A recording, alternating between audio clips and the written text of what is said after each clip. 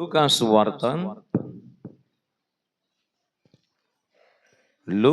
వార్త మొదటి అధ్యాయము 13వ వచనం చదువుకుందాం.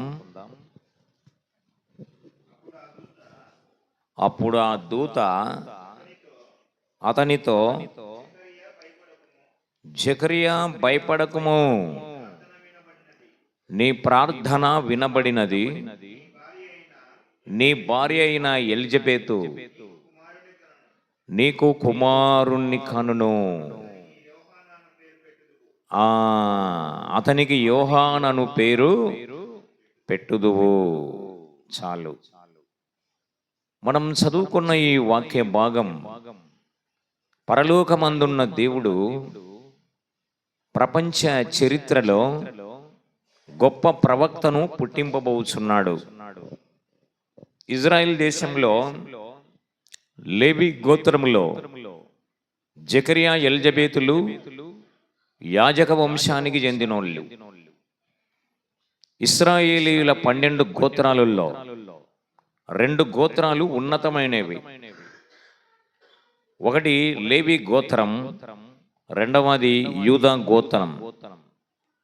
అన్ని గోత్రాలు విశేషమైనవే, అయితే మరీ విశేషమైన గోత్రాలు ఈ 2.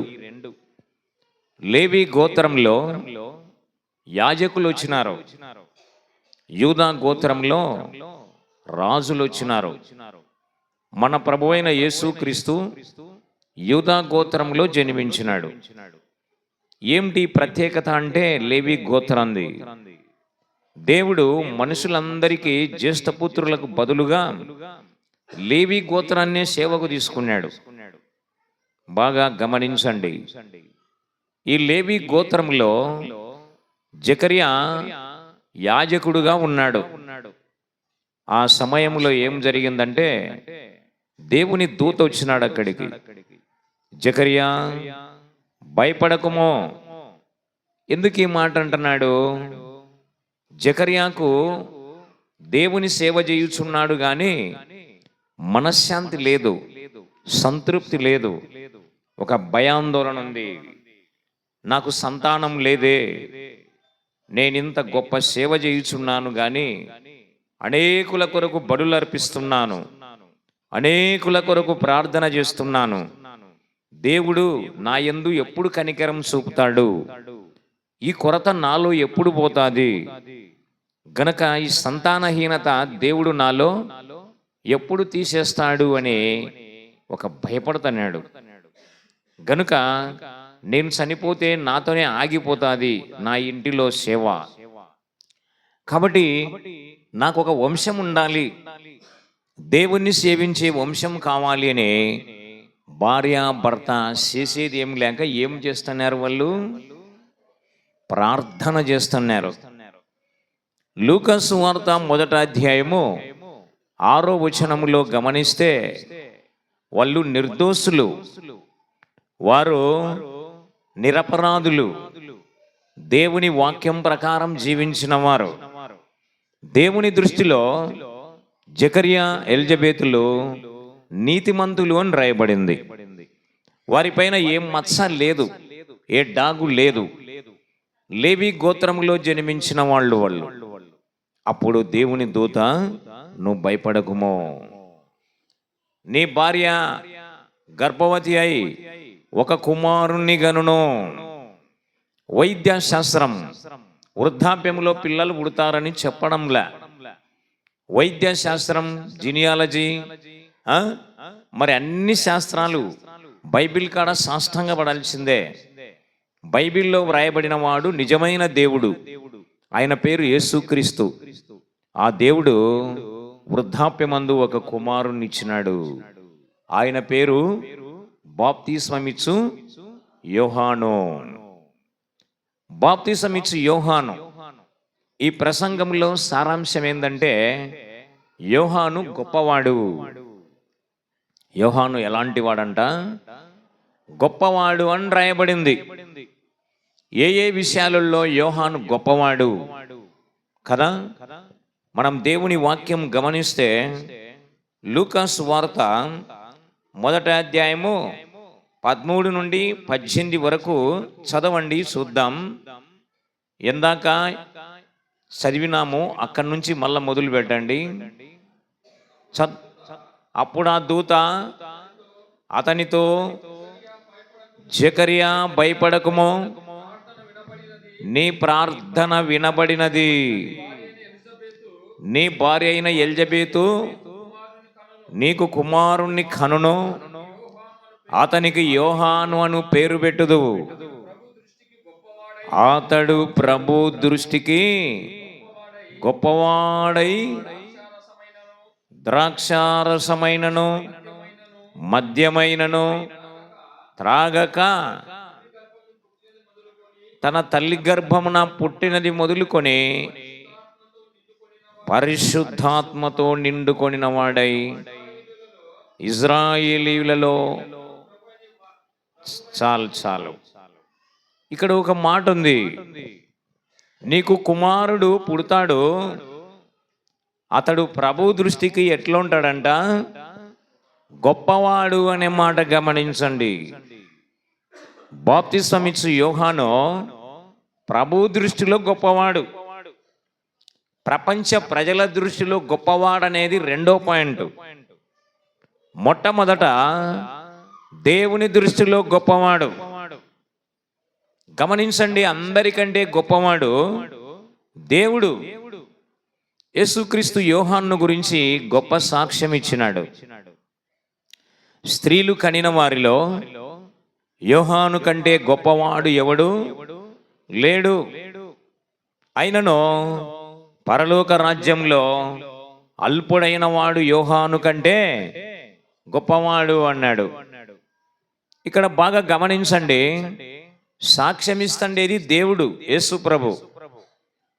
యోహాను గురించి చెప్తున్నాడు, స్త్రీలు కనిన వారిలో యోహాను కంటే గొప్పవాడు ఎవడు లేడు. ఆదాము హవ్వలకు పుట్టిన హేబేల్ దేవుడు సాక్ష్యమిస్తున్నాడు మంచి విశ్వాసి అని. నోవాహు నీతిమంతుడని దేవుడు సాక్ష్యమిస్తున్నాడు. మెల్కీసెదెకు సర్వోన్నతుడైన దేవునికి యాజకుడని సాక్ష్యమిస్తున్నాడు దేవుడు. అబ్రహాము దేవునికే స్నేహితుడు. ఇస్సాకు గొప్ప విధేయుడు. యోసేపు మచ్చలేనివాడు కదా. గిద్యోన్ గొప్ప విశ్వాసి. సమూయేలు మోషే గొప్ప ప్రవక్తలు. దావీదు దేవునికి ఇష్టానుసారుడు, చిత్తానుసారుడు. సొలొమోన్ గొప్ప రాజు. ప్రవక్తలు ఉన్నారు ఎంతో మంది, కానీ వీళ్ళనల్లా యేసుప్రభు పక్కన పెడుతున్నాడు. స్త్రీలు కనిన వారిలో యోహాను కంటే గొప్పవాడెవడు లేడు అంటే పాత నిబంధన కాలంలో ఎవడు లేడన్నమాట. ఏమిటి విశేషం? ఒక గ్రంథం రాయలే ఆయన కదా, ఒక గ్రంథం కూడా వ్రాయలే. 5 కాండాలు రాసిన మోషే గొప్పవాడు కాదా? చుట్టూ ఉన్న 23 రాజ్యాలను జయించి తన పాదాల కింద పెట్టుకున్న దావీదు రాజు గొప్పవాడు కాదా? గొప్ప ప్రార్థనాపరుడు సమూయేలు గొప్పవాడు కాదా? 40 మంది రాజులను అణిచివేసిన యెహోషువ గొప్పవాడు కాదా? అనేక మంది ప్రవక్తలు ఉన్నారు, గొప్పవాళ్ళు లేరా? యోహాన్లో విశేషమేంది? దేవుని విశేషమేందంటే వీరందరూ దేవుని గురించి వ్రాసినారు, ఆత్మ ప్రేరేపిస్తూ ఉంటే, కానీ ప్రపంచానికి దేవుణ్ణి చూపించలే. యోర్దాన్ నది దగ్గర సృష్టికర్త అయిన దేవుణ్ణి ప్రపంచానికంతా చూపించిన వ్యక్తి ఎవరు? యోహాను. ఇదిగో లోకపాపములను మోసుకొని పోవచ్చున్న దేవుని గొర్రెపిల్ల, ఈయనే దేవుని కుమారుడు. దేవుడిన గొప్ప దేవుడు సాక్ష్యం ఇచ్చినాడు కాబట్టి చూపించినాడు. ప్రపంచానికి దేవుణ్ణి చూపించిన వ్యక్తి. అందుకే యేసుప్రభు ఏం చెప్తున్నాడు? స్త్రీలు కనిన వారిలో యోహాను కంటే గొప్పవాడెవడు లేడు. సరే, ఈ విశేషం ఇట్లుంది. ఏ ఏ విషయాలలో గొప్పవాడు, మనం ఏ ఏ విషయాలలో గొప్పవారముగా ఉండాలి, విశ్వాసులమైన మనం ఈ ఉదయకాలం పూట స్పష్టంగా తెలుసుకుందాం. గమనించండి, ఏ ఏ విషయాలలో గొప్పవాళ్ళం. యోహాను ప్రత్యేకత కలిగి ఉండుటలో గొప్పవాడు. నెంబర్ 1 పాయింట్ యోహాన్లో ఉన్న గొప్పతనం ఏదంటే ప్రత్యేకత కలిగి ఉండడంలో గొప్పవాడు. యోహాను ప్రత్యేకమైన వాడు. అతని ఆహారము మిడతలు, తేనె అని వ్రాయబడింది. అడవిలో ఉండి ప్రార్థన చేసేవాడు. సమాజానికి దూరముగా ఉంటూ ప్రత్యేకమైన జీవితం కలిగిన యోహాను అంటే రాజులు భయపడుతున్నారు. హేరోదు రాజు భయపడినాడు యోహాన్ అంటే. ప్రజలందరికీ భయం యోహాను అంటే. బాగా గమనించండి, నిర్గమాకాండంలో ఈ విధంగా ఉంది. మీరు యాజకులుగాను ప్రత్యేకమైన ప్రజలుగాను నా కొరకు ఉండవలెను. ప్రపంచంలో ఉన్న మనుషులందరూ ఒక ఎత్తు, క్రైస్తవులైన దేవుని బిడ్డలు ఒక ఎత్తు. కొరింథీయులకు రాసిన పత్రికలో అపొస్తలుడైన పౌలు, మీరు ప్రత్యేకత కలిగి ఉండవలెను, దేవుడు మీలో నివసించును. బాగా గమనించండి, రాజకీయ నాయకులు ప్రత్యేకంగానే ఉంటారు. రాజులు, రాణులు ప్రత్యేకంగా ఉంటారు. వాళ్ళ యొక్క వస్త్రధారణ వేరు, వాళ్ళ వెహికల్స్ వేరు, వారి ఇండ్లు వేరు, గనుక వాళ్ళ ఆహారపు అలవాట్లు వేరు. ఒక ధనవంతుని గురించి నిన్న పేపర్లో చదివినాను. ప్రతిరోజు భోజనం ఖర్చు 3 లక్షలంట. భారతదేశంలో ఉన్న ఒక ధనవంతుని గురించి ప్రతిరోజు భోజనం ఖర్చు 3 లక్షలు వాళ్ళ ఫ్యామిలీకి మాత్రమే. అంటే వాళ్ళలాంటి భోజనం మనం చేయలేము కదా. ఇది ప్రత్యేకమైనదే. అయితే వాళ్ళు ప్రత్యేకమైన వాళ్ళే కానీ దేవుడు వారిలో లేడు. దేవుడు వారిలో లేడు. దేవుని ప్రత్యేకతలో ఉన్న వారిలో దేవుడు ఉంటాడు. మనము రక్షణ పొంది, బాప్తిస్మం పొంది, మారు మనసు కలిగి జీవిస్తున్నాం. దేవుడు మనలో సంచరిస్తాడు. నేను వారిలో ఉందును, వారిలో సంచరింతును. నీలో ఉండి ఏం చేస్తాడు? గ్రహింపలేని సంగతులు, నీవు ఎన్నడూ ఎరగని సంగతులు నీకు చెప్తాను అంటున్నాడు.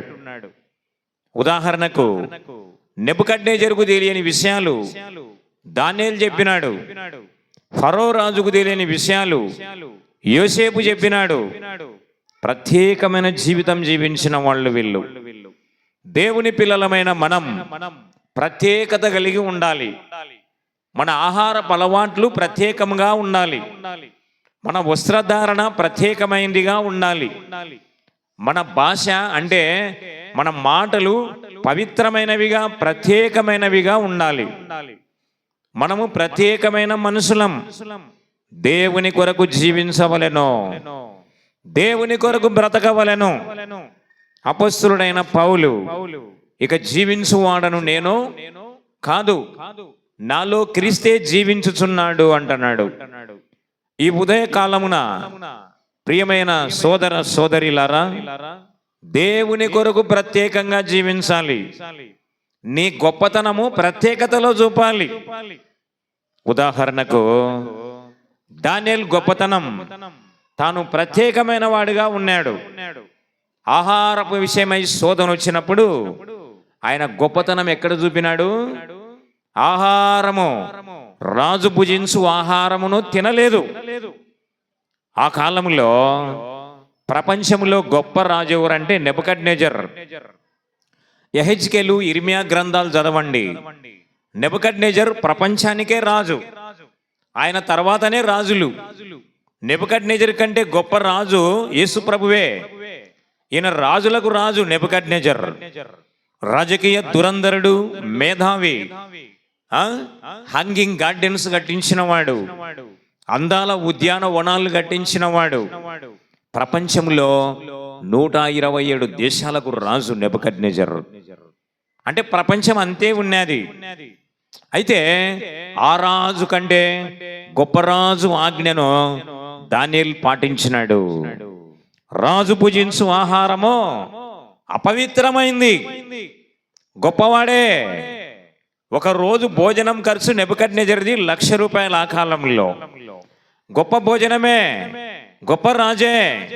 కానీ దానియేలు ఆహార విషయమై శోధన వచ్చినప్పుడు ప్రత్యేకత చూపిస్తున్నాడు. దేవుని ఆహారం, ఆర్డినరీ ఆహారమునే తిన్నాడు. ఆ విషయంలో శోధన వచ్చింది దానియేలుకు.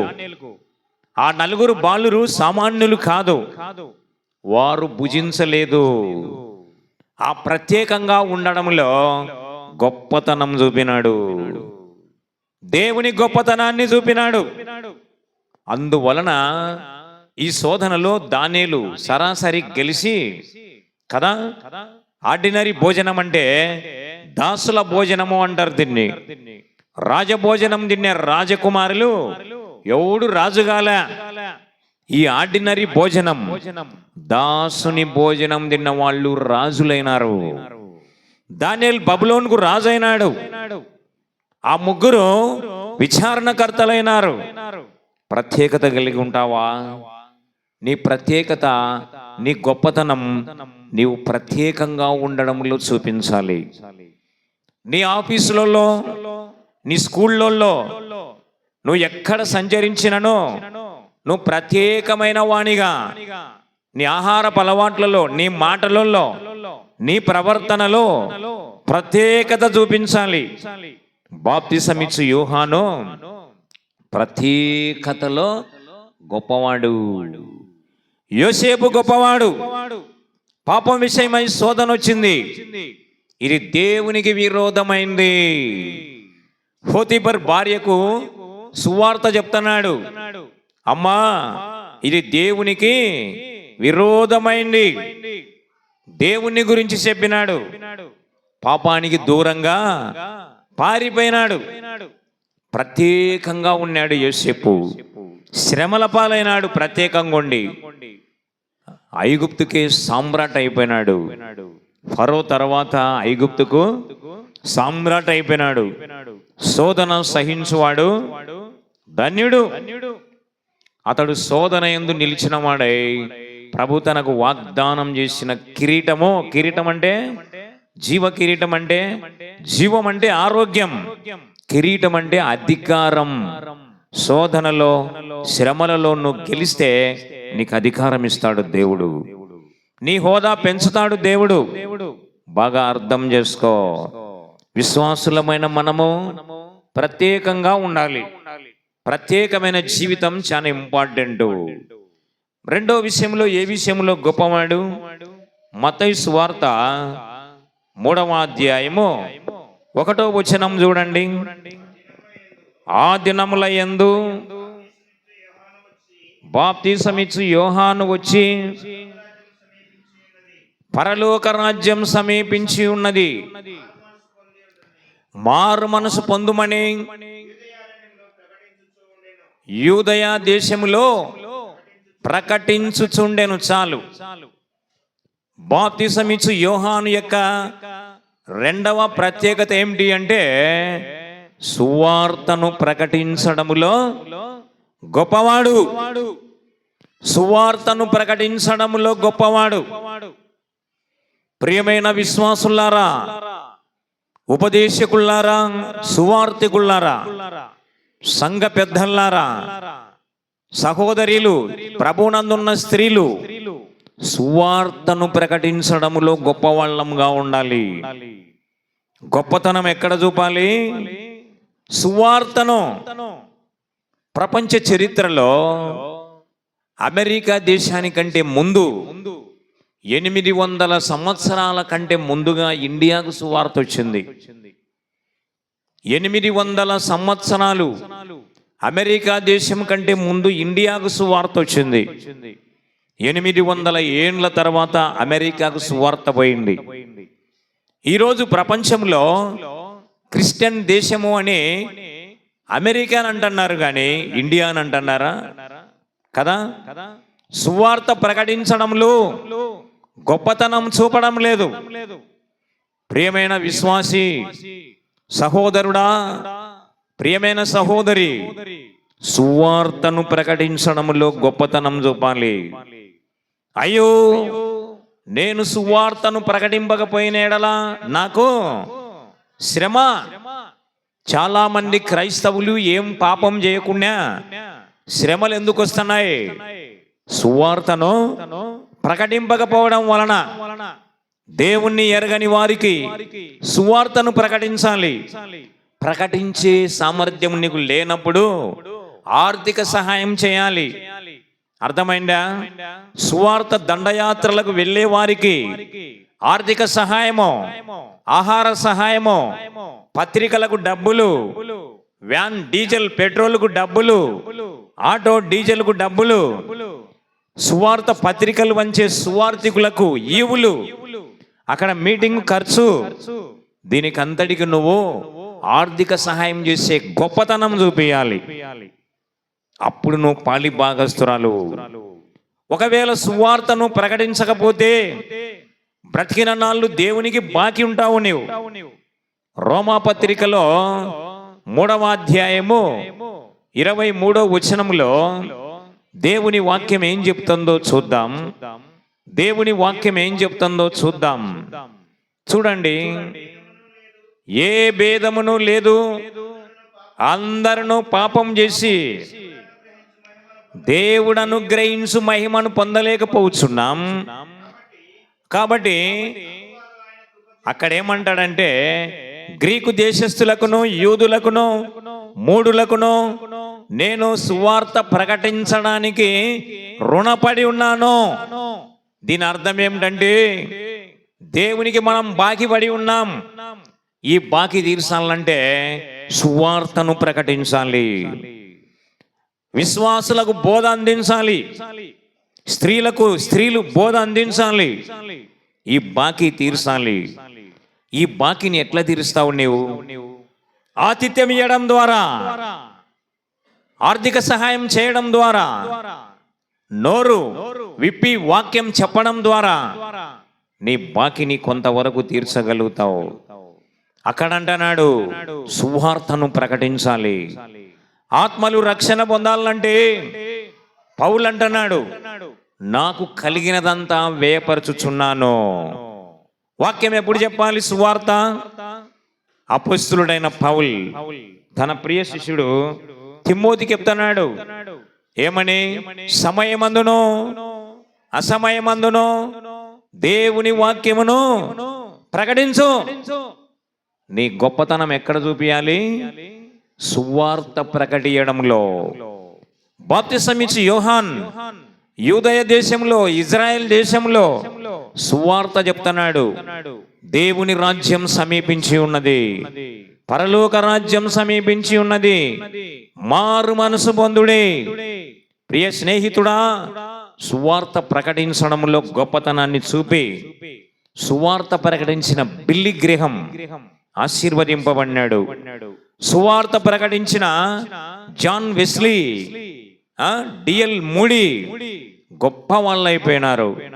సువార్తకు సపోర్ట్ ఇచ్చిన అమెరికా దేశం ప్రపంచానికే పెద్దన్నగా మారిపోయింది. సువార్త ప్రకటించాలి. అమ్మా, అయ్యా, సువార్త ప్రకటించే వాళ్ళను ప్రోత్సాహం చేయి. సువార్త ప్రకటించే వాళ్ళను ప్రోత్సహించు. ఆర్థిక సహాయంతో, ఆతిథ్యంతో, నీ వంతు సహకారంతో పాలి భాగస్తురాలుగా ఉండు. గమనించు, యోహాను సువార్త ప్రకటించడములో గొప్పవాడు. నీవు గొప్పవాణివైతావు. గొప్పవాణిగా, గొప్ప దాసురాలిగా ఆశీర్వదింపబడతావు. గనుక 3వ ప్రత్యేకత చూద్దాం. ఏమిటి? లూకా సువార్త 3వ అధ్యాయము 10వ వచనం చూడండి. 3వ అధ్యాయం 10వ వచనం. అందుకు జనులు, అలాగైతే మేమేమి చేయవలెనని అతన్నెరగగా, అతడు 2 అంగీలు గలవాడు, ఏమి లేని వానికి ఇవ్వవలెను, ఆహారం గలవాడును అలాగే చేయవలని వారితో చెప్పాను. చాలు. బోధించడములో గొప్పవాడు. బాప్తిసం ఇచ్చి యోహాను ఏమిట్లో గొప్పవాడు చెప్పండి? ప్రత్యేకత కలిగి ఉండడంలో గొప్పవాడు. సువార్తను ప్రకటించడంలో గొప్పవాడు. 3వ పాయింట్ ఏమిటంటే ఆయనలో ఉండేది బోధించడంలో.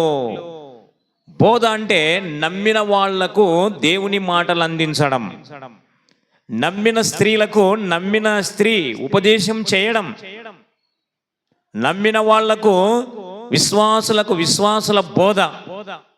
ఆ బోధ చెప్తున్నాడు.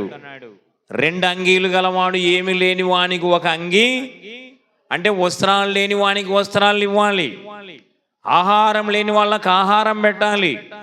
సైనికులు లంచాలు తీసుకోకూడదు, ఎవరిని బాధించకూడదు. బోధ చెప్పడంలో ప్రియమైన తండ్రి తల్లి, నీ పిల్లలకు బోధ నేర్పించు.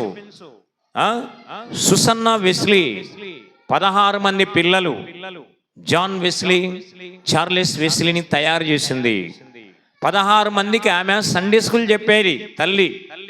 సామ్యుయల్ వెస్లీ వాళ్ళ నాయన పేరు. ప్రపంచ సువార్థికులు అయిపోయినారు. నీ కుమారులు డాక్టర్లు కావాలి, ఇంజనీర్లు కావాలి, విమానం పైలట్లు కావాలి, గొప్ప గవర్నమెంట్ ఆఫీసర్లు కావాలని కోరాకు. ప్రపంచ సువార్థికులు కావాలని కోరుకో. ఇది అంతరించిపోతాది. ఈ లోక నటన గతిస్తాది. దేవుని సేవకు సమర్పించు నీ కుమారులను. బోధ అటువంటి చెప్పు. విశ్వాసులకు బోధించడంలో గొప్ప దానవుగా ఉండాలి నీవు. విశ్వాసులకు బోధించడములు గొప్పవాళ్ళుగా ఉండాలా. యవనస్తులారా, కూడికలకు రండి. అనుభవజ్ఞులు వాక్యం చెప్తున్నారు, వినండి, తెలుసుకోండి. గనక బోధించడంలో గొప్పవాళ్ళుగా ఉండాలి. యోహాను గారు విశ్వాసులైన వారికి బోధ చెప్తూ ఉన్నాడు. బోధించడంలో గొప్పవాడు. స్త్రీలు గనిన వారిలో యోహాను కంటే గొప్పవాడెవడు లేడు అంటే అర్థాలు దండిగా ఉన్నాయి. అర్థమైందా? దేవుణ్ణే చూపించిన యోహాన్ ప్రపంచానికి ఎవరిని చూపించాలి? నీవు దేవుణ్ణి. అర్థమైందా? దేవుణ్ణి చూపించాలి. హిజ్కియా బబులోను నుంచి వచ్చిన రాయబారులకు తన ఇంట్లో ఉన్న ధనాన్ని, తన వైభవాన్ని, తన బంగారు వెండిని చూపించి పతనమైనాడు. దేవుడైన యెహోవా నాకు ఇచ్చినాడు ఇది అని మహిమపరిచింటే బాగుండు. దేవుణ్ణి చూపించాలి. నీ టాలెంట్ కాదు, నీ ఎడ్యుకేషన్ కాదు, నీ జ్ఞానము కాదు. అర్థమైందా? దేవుణ్ణి చూపించు, ప్రభువును చూపించు. నీ ప్రవర్తన ద్వారా దానియేలు దేవుణ్ణి చూపించినాడు, రాజులతో ఒప్పింపజేసినాడు యేసు ప్రభు దేవుడని.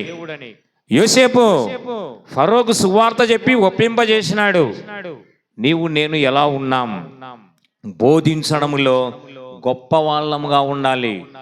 సహోదరులారా, సువార్థికుల కుమారులు ఉన్నారు ఇక్కడ, సంఘ పెద్దల కుమారులు ఉన్నారు. గమనించండి. సంఘ పెద్దల కొడుకులు ఉన్నారు. మా నాయన పెద్ద, మా నాయన సువార్థికుడు అని చెప్పడం మంచిదే. మీ నాయనలాగా నువ్వు ఉన్నావా? నీ గొప్పతనం, మీ నాయన గొప్పతనం చూపుతున్నావా? గమనించు. దేవుని సంఘములో బోధించడంలో స్టేజ్ ఎక్కాల్సిన అవసరంలే. నీకు టాలెంట్ లేకుంటే నీవు నీ ఇంట్లో పిల్లలకు బోధించు. ఇదే గొప్పతనము అంటే. గొప్పవాళ్ళు అయిపోతారు వాళ్ళు. బోధించడములో గొప్పతనాన్ని చూపిన యోహాన్ మనకు గైడెన్స్ గా ఉన్నాడు. యోహాన్ గనక గొప్పతనాన్ని అక్కడ చూపించు. గనక ఆ గొప్పతనాన్ని ప్రభు వైపు దిప్పు నీ గొప్పతనంతో. 4వ పాయింట్ చూద్దాం. చూడండి, మత్తయి 3:11 3:11 చూడండి. మారు మనసు నిమిత్తము నేను మీకు నీళ్లలో బాప్తిస్మం ఇచ్చుచున్నాను. అయితే నా వెనక వచ్చుచున్నవాడు నాకంటే శక్తిమంతుడు, ఆయన చెప్పులు మోయుటకైనను ఆహాహాహా నేను పాత్రుడను కాను. ఎంత తగ్గించుకుంటున్నాడు! తగ్గించుకొనుటలో గొప్పవాడు యోహాను. ప్రియమైన స్నేహితుడా, తగ్గింపు ఉందా నీలో? సంఘ పెద్దవా? సువార్థికునివా?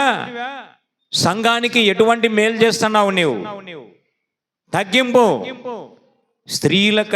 స్త్రీలు గనిన వారిలో యోహాను కంటే గొప్పవాడెవడు లేడు.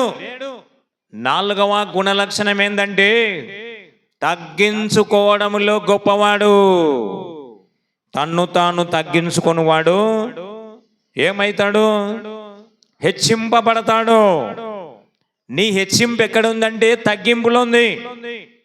నీ హెచ్చింపు ఎక్కడుంది? సంఘములో నీ బతుకెట్లుంది? తగ్గించుకుంటున్నావా? నీ బతుకు జీవితంలో తగ్గింపు ఉందా? వయసులో పెద్దగా ఉన్నావు కానీ తగ్గించుకుంటున్నావా? గర్వం పోయిందా? అహంకారం పోయిందా? ఆస్తుల గొప్పతనం చెప్పేది మానుకున్నావా? వెండి బంగారాలు వస్త్రాలను గురించి చెప్పేది మానుకున్నావా? బుద్ధి లేనోడా, వయసు మూరడి పన్ను ఉంది కానీ తగ్గింపు ఉందా నీలో? కదా, ఎవరికంటే గొప్ప నీవు?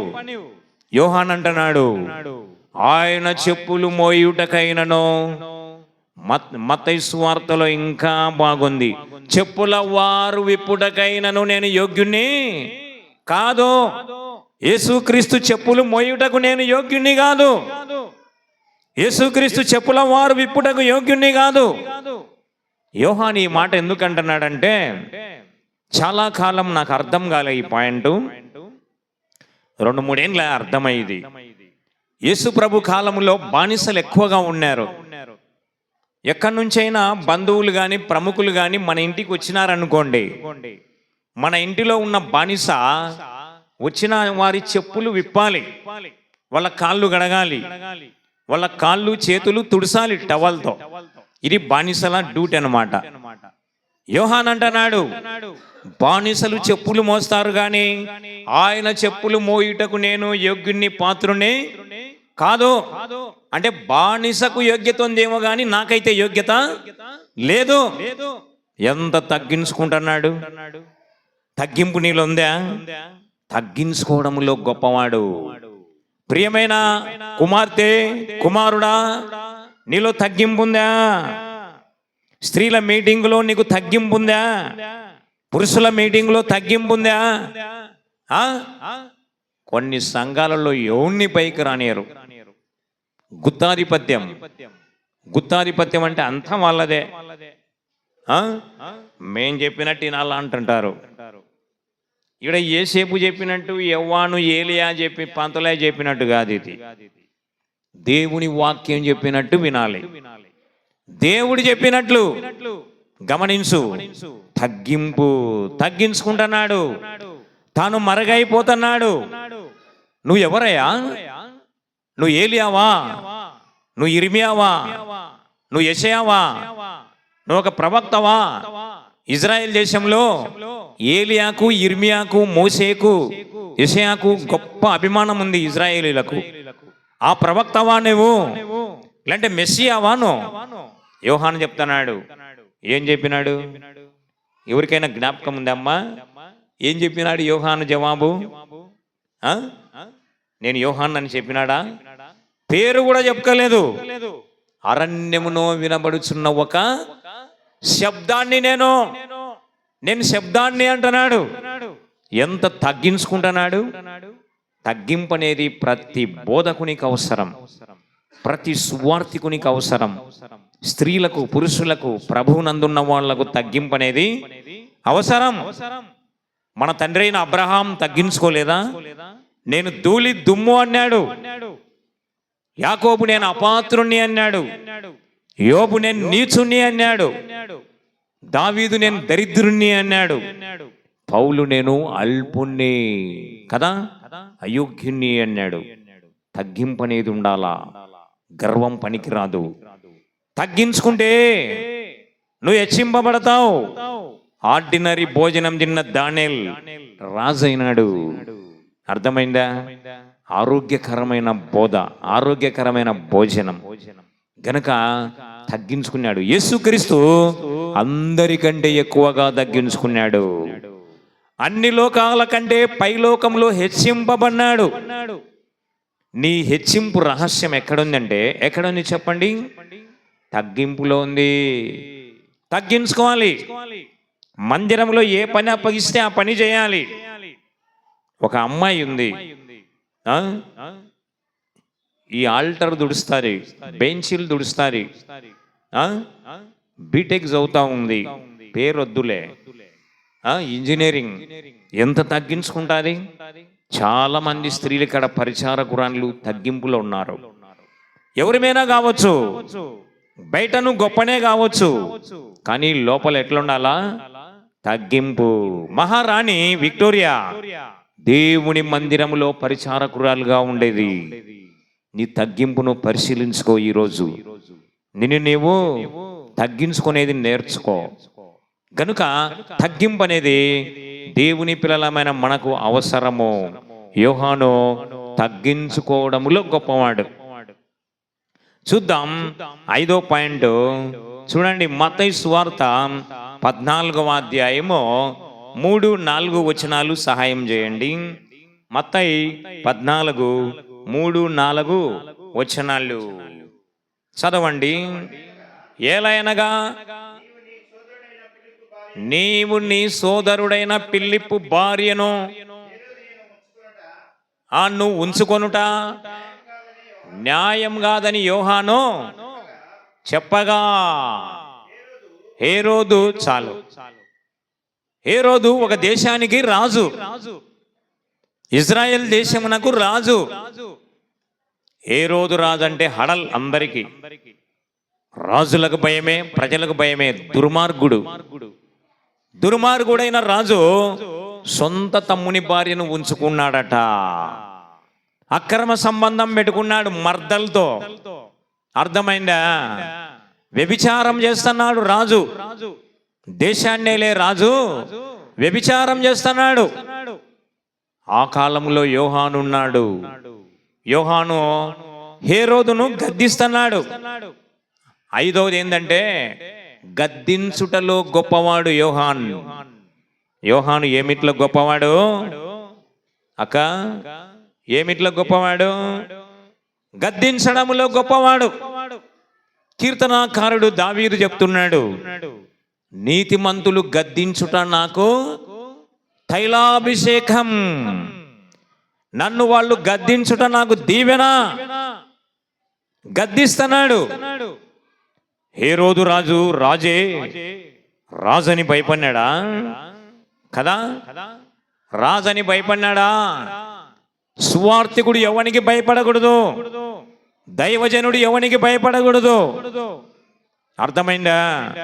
సంఘ పెద్ద ఎవనికి భయపడకూడదు. అట్లొస్తే క్రైస్తవులైన స్త్రీలు పురుషులు ఎవనికి భయపడకూడదు. పాపం చేయడానికి భయపడాలి, దేవునికి భయపడాలి. గమనించండి, ధైర్యవంతులంగా ఉండాలి. నీతిమంతుడు సింహం వలె ధైర్యంగా ఉండును. అర్థమైందా? ఒకనాడు గొప్ప రాజైన దావీదు ఊరియాను చంపించి బత్షెబాను అక్రమంగా కూడి గర్భవతిని చేసినాడు. అప్పుడు నాతాన్ ప్రవక్త ఒక ఉపమానం చెప్పినాడు. దావీదు రాజు ఆ ఎగ్జాంపుల్ విని వెంటనే సింహాసనం మీద ఉన్నవాడు లేచి, వాడు అపరాధి, ఒక గొర్రెకు ప్రతిగా ఎన్ని గొర్రెలు ఇయ్యాలా? 4 గొర్రెలు ఇయ్యాలా అని జడ్జిమెంట్ చేసినాడు. నాతాన్ ప్రవక్త దేవుని సేవకుడు. ఆ మనుషుడు ఎవరో కాదు. ఎవరు? నువ్వే. పానికి మాలోడా పొరుగువాని భార్యను జరిపి ఊరియాను మర్డర్ చేపిస్తావా నువ్వు? యెహోవా ఆజ్ఞించుచున్నాడు, సదాకాలం నీకు యుద్ధాలే కలుగుతాయి. నీ కుటుంబమే నీకు బాధగా తయారైతుంది. రాజును గద్దిస్తున్నాడు. గద్దించుటలో నాతాన్ గొప్పవాడు. ప్రఖ్యాతిగాంచిన ప్రవక్త ఏలియా వస్తున్నాడు.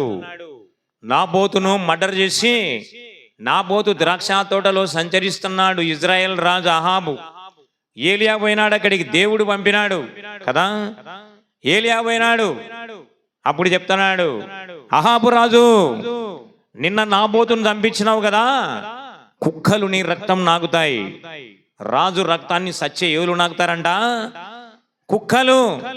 యెజబేల్ రక్తం కుక్కలు నాగుతాయి, దీనికి సమాధి లేదు. రాజులను రాణులను గద్దిస్తున్నాడు ఏలియా.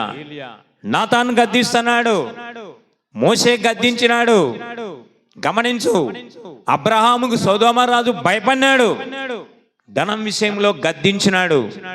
పౌలు గద్దించినాడు, రాజులను గద్దించినారు.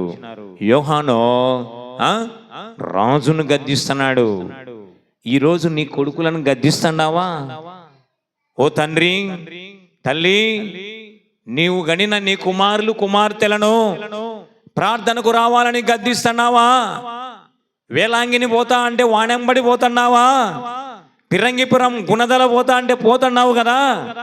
ఏమి అంటే నేను శూన్యకి పరిశీలన చేయనీకి, ఈ శాస్త్రవేత్త ఈ అబ్దుల్ కలాము పరిశీలన చేయనీకి పోతాడంట. వాళ్ళ మరి సిగ్గు లేకుండా చెప్తున్నావు ఈ మాటలను. నీ కొడుకులను గద్దిస్తున్నావా? వాళ్ళు కూడికలకు వస్తున్నారా? నీ భార్య నీ పిల్లలను గద్దిస్తున్నావా? బోధిస్తున్నావు, వాళ్ళని రప్పిస్తున్నావా? నీ గద్దింపు పని చేస్తుందా? పని చేస్తుందా? గద్దించుడలో నీ గొప్పతనం అక్కడ చూపి. ఒక ఆయన ఇక్కడ వీర పరాక్రమశాలిగా చెప్తాంటాడు, కుటుంబమే రానప్పుడు మోకళ్ళం గండి కళ్ళు మూసుకోండి కదా. నీ కుటుంబమే లేనప్పుడు ఎవనికి చెప్తావరా నువ్వు కదా? ఆలోచించు. బుద్ధి ఉందా? బుద్ధి ఉందా లేదా? తన కుటుంబాన్ని ఏలువాడు ముందు తన కుటుంబాన్ని ఏలువాడై ఉండాలి. కుటుంబాన్ని ఏలువాడు కుటుంబాన్ని ఏలలేకుంటే సంఘాన్ని ఎలాగూ పాలిస్తాడు? పాలించుటనగా క్రమం చేయుట అని అర్థం. ఎవరికి క్రమం చెప్తావు? నువ్వు పేరు పెట్టుకున్నావు నువ్వు. క్రమము కుటుంబంలో క్రమం చేయకుండా ఇక్కడ క్రమం చేస్తావా? నువ్వు మోకాళ్ళు లొంగవు, వంగిస్తావా ప్రజలను? అంటే అంత దండగొన్నారా? ఇడ సంఘం ఇది దేవుని సంఘం. అర్థమైందా? నీ పరాక్రమం ముందు నీ కుటుంబంలో చూపి, నీ జీవితంలో చూపి నీ గొప్పతనం. యోహాను ఎలాంటి వాడంట? ఏమి ఈ అమ్మాయిలు బలకరు? ఏం తెలుగు రాదా మీకు? గద్దించుటలో గొప్పవాడు. నీ కుటుంబంలో పిల్లలను గద్దించడంలో నీ గొప్పతనం చూపు. ఇక్కడ కూర్చున్నావు, ఈరోజు టైం ఎక్కువ తీసుకుంటాను, నన్ను ఏళ్ళు విమర్శించకరి ముందే తనసుడి. గద్దించడంలో గొప్పవాడు. టైం 8:30 అయింది. అర్థమైందా? గద్దించడంలో గొప్పవాడుగా ఉన్నాడు యోహాన్. యూదులను గద్దించినాడు, అందరినీ గద్దించినాడు. బాగా గమనించండి, యూట్యూబ్లో వింటూ ఉంటారు, పలానోని గురించి చెప్పినాడని అనకుండా కదా, నన్ను గురించి చెప్పినాడే అనేది ఆలోచన చేసుకో. బోధిస్తున్న నేను కూడా నా భార్య రాకపోతే గద్దిస్తా, దారిలోకి తేవాలా, బాధ్యత నీ మీద ఉంది. యోహాను బోధకుడు, ప్రవక్త, గొప్పవాడు, గద్దించడంలో గొప్పవాడు.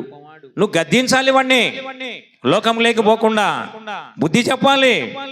వాని డ్రెస్ పంక్చువాలిటీ, వాడు తల దూకడం, వాడు క్రమంగా జీవించడం, వాని ఆహారపు అలవాట్లు, వాని స్నేహాలు ఎట్లున్నాయని గమనించాలి. నువ్వు యోబు మాదిరి నీ పిల్లలను గద్దించి దేవుని క్రమంలోకి తేవాలి. 6వ పాయింట్ మత్తయి 14వ అధ్యాయం 9-10 వచనాలలో గమనించండి. రాజు దుఃఖపడెను, తాను చేసిన ప్రమాణము నిమిత్తమును